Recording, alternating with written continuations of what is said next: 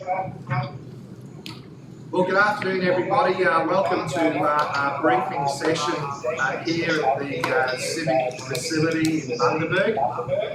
The briefing session is an opportunity to be able to ask questions or look at the agenda that is coming before us at the next council meeting.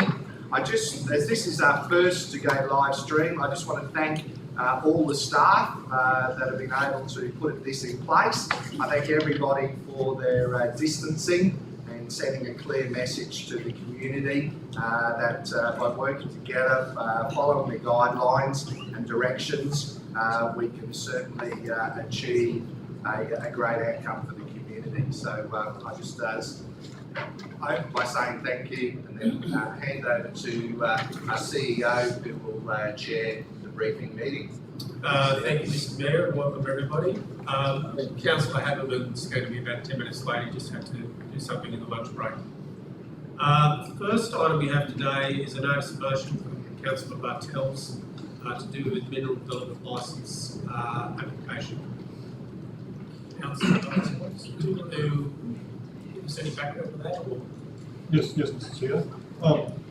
During the election campaign, it was highlighted that there was concern in the community about the proposed Fox Resources mine in the northern parts of the Bundaberg region, from Sharon, Avondale, Oakwood, Burrum, all around the area there. I publicly stated very early on that I was against the mineral development licence application and that I would advocate to the state government to ensure that it didn't proceed. I would like to thank the Mayor for his support with that matter as well, and he publicly stated the same. And this notice of motion is just to formalise what we stated during the campaign in regards to the mineral development licence application for Fox Resources. Thanks, Councillor Marshall. Is there any questions? Otherwise, that item will be discussed at next week's general meeting. And Councillor Hammond is just joining us. Okay. Move on to the next item, which is a petition from the CBD businesses of Bundaberg in relation to car park. Councillor McPhee. I'm just going to declare a real conflict of interest in that I penned the letter when prior to being elected to council as business person. So, thank you. I realise it's only for noting, but Councillor McPhee's going to leave the chamber in case there was any discussion or other questions. I just had a question, Mr. Chair.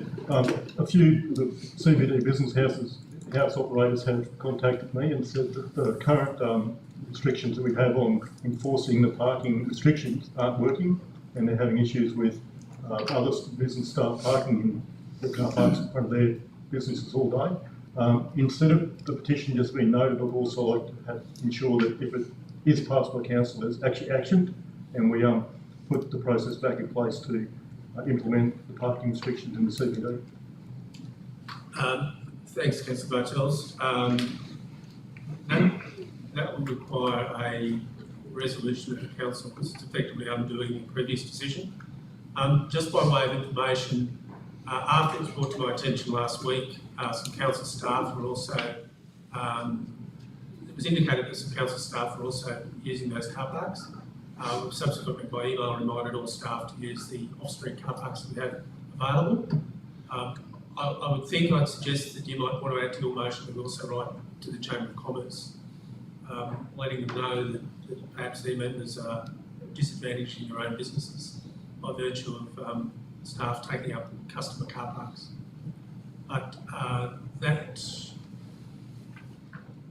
we'll add that to the petition next week for discussion at the general meeting as a recommendation, which can be then moved and seconded and voted on from the floor. Yeah, through you, Mr. Chair, is obviously taking on board the noting of the petition, the opportunity then to add that to the general meeting to come back at a later date with all the options and advice for both for and against, so councils can make a precise and clear decision with all the information before them. If that's appropriate, Mr. CEO. Mr. Mayor, can I just clarify, you mean to actually physically do some checking ourselves to have a look where may be an issue? I just think, through you, CEO, is before councillors vote on any matter or issue that they have all the information available to them to make a decision. All right, I'll talk to Gavin and we'll see whether we can get that data in a week or whether we need a longer period of time.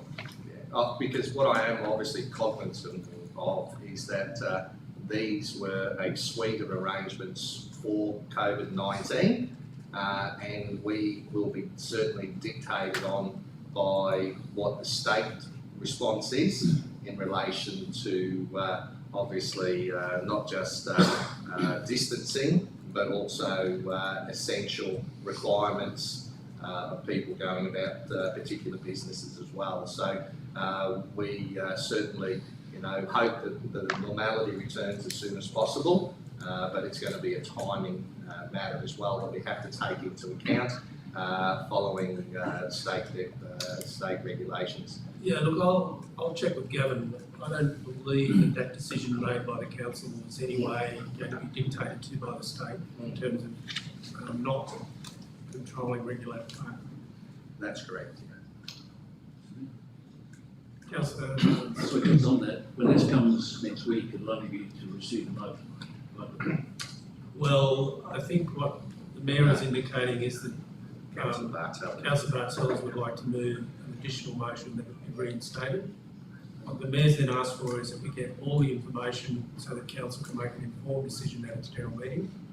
I'll need to talk to Gavin to see whether we can get enough data in a week in terms to provide councillors with that information. Because it appears to be only a few pockets. Certainly if I look out my window as I do every day, it's not an issue from there to that corner, I can assure you. There may be pockets further down into the CBD that have been impacted. Mr Chair, I'd be happy to hold off until we can be provided with additional information, because we put this measure in place with really good intentions. It's just it has backfired in a few areas, of course. Yeah, Mr Chairman, I'd like to see the Chamber of Commerce be approached by council officers to ask what they perceive as the issues in relation to parking in the Main Street, so that we can include that with the category 19 recommendations as well. Okay, well we can certainly approach the Chamber without a council resolution to get their views on it. But at this stage then we'll get those views and we'll come back then to... This report will still go up as it is for noting next week, and we'll then come back with a supplementary report to the main meeting. Okay. All right, Councillor McPhee back.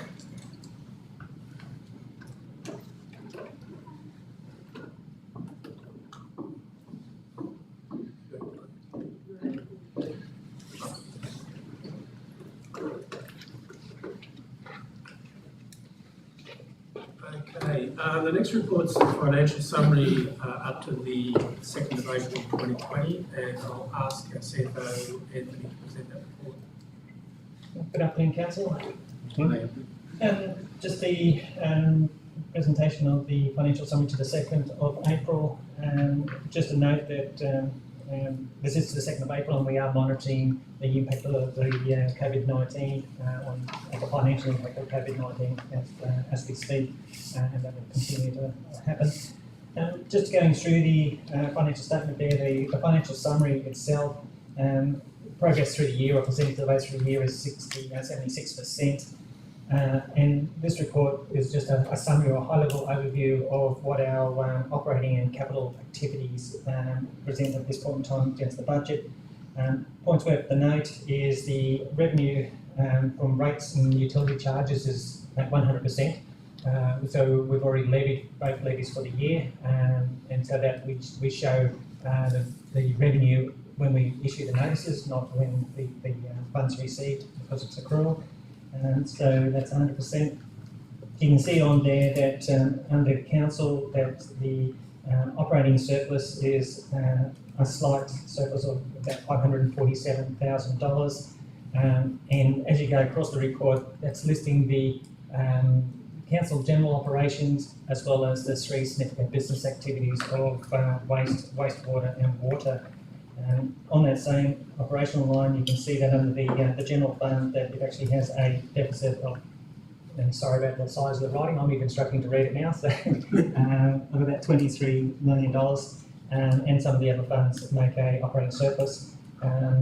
As part of the requirements under our NCP, the significant business units must return a dividend or a return on capital to the general fund, and you see there's about $15 million is coming back across those funds, which would leave the general fund with about an $8 million deficit this year.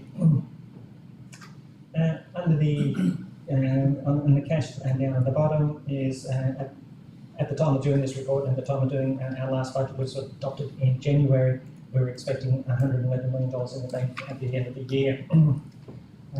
Just on that, and sort of just nearly in the middle of that page, or 3/4 of the way down, we've got an unallocated surplus. The funds in that as a whole of council is about $35 billion, and I suppose just for noting that those funds are available for future capital investment and also to ensure the sustainability of the council. On page 12, which is the recurrent revenue, already spoken about the rates and charges. The fees and charges and also the interest will both be impacted by COVID-19 and also the council stimulus package there, so we're expecting some impacts on those. On the recurrent expenditure, employee costs at this stage are tracking in line with the budget, and we expect that to continue to the 30th of June unless something else happens, as we're going to maintain the employees at this point in time. The materials and services will see basically a decrease in expenditure this year, but it's really based on the timing of the delivery of non-capital projects. So once again, they may be impacted by COVID-19, and we may see some savings in timing anyway at the end of the year. On the page 14, the capital expenditure and the capital grants. The capital expenditure there, you can see under March that we're starting to fall behind in the delivery of your expected delivery of capital projects. Once again, that will be dependent on, I suppose, partly impacted by COVID-19 on the delivery, but also noting that there's a fairly significant amount of work in the roads reseal that normally occur towards the end of the financial year. So we do expect that to accelerate.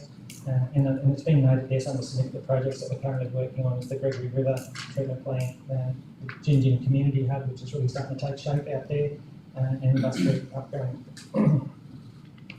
On the cash, at the moment, or at the 2nd of April, we had about $177 million in the bank, which is an increase of nearly $31 million, mainly due to the payment of the rates coming in March, due date in March.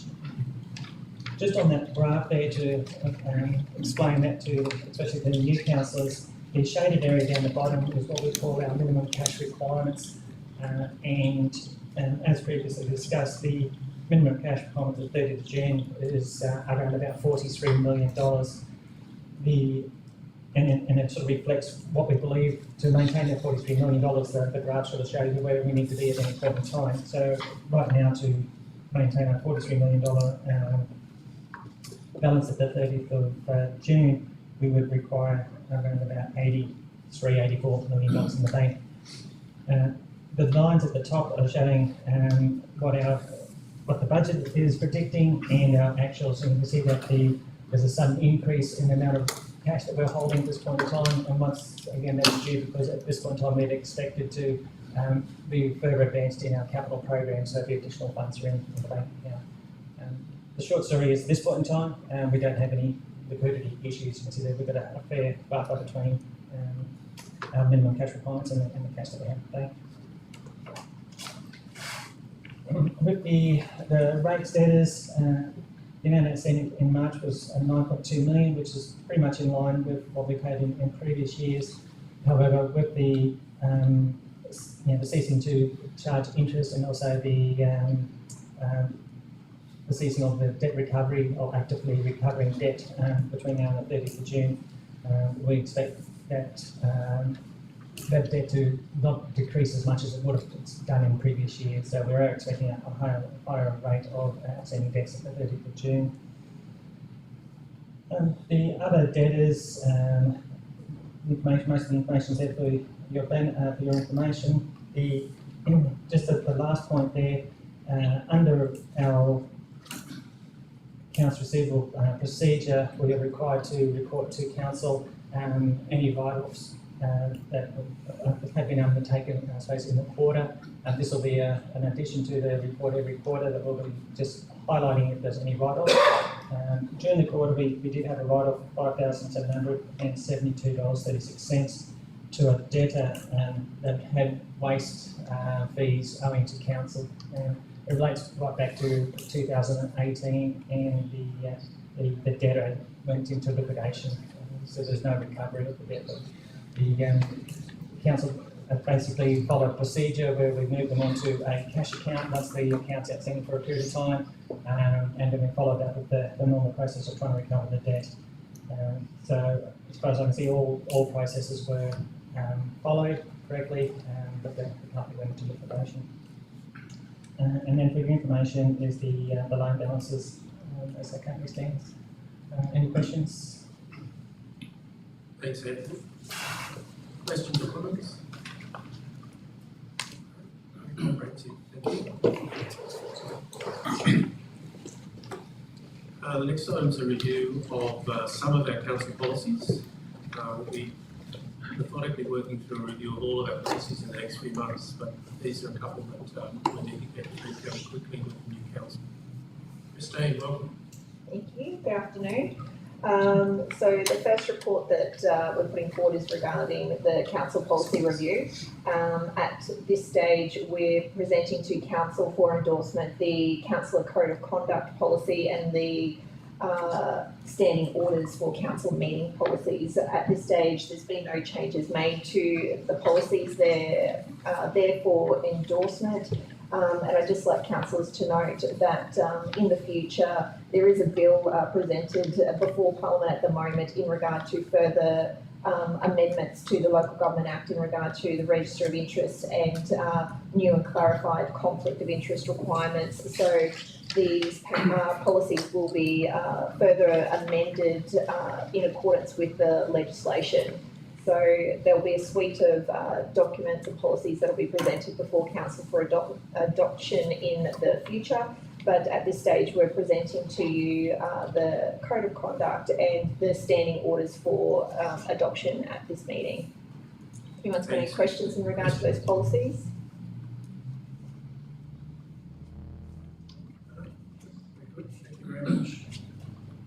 The next item is the operational plan review. So councillors, in accordance with the local government regulation, the Chief Executive Officer is required to present a written assessment of council's progress towards the annual operational plan of intervals of not more than 3 months. The operational plan report is provided to you in your meeting minutes there, and the report is presented to council for noting. Questions? Quite a lot of information in that report.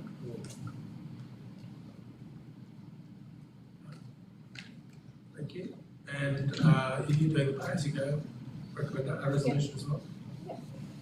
So item G3, there's a recommendation on that report to council that council offers a contributing superannuation arrangement to councillors, and that under section 226 of the Local Government Act, council take part in the local government superannuation scheme.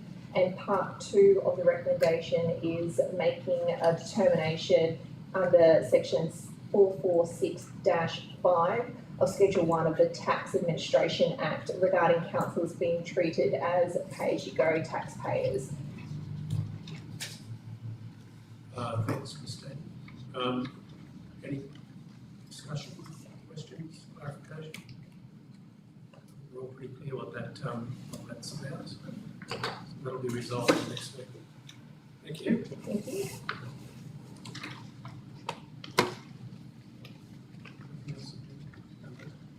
Okay, that concludes the open part of the meeting. And thank you to the 12 people that have tuned in to view the proceedings using live streaming.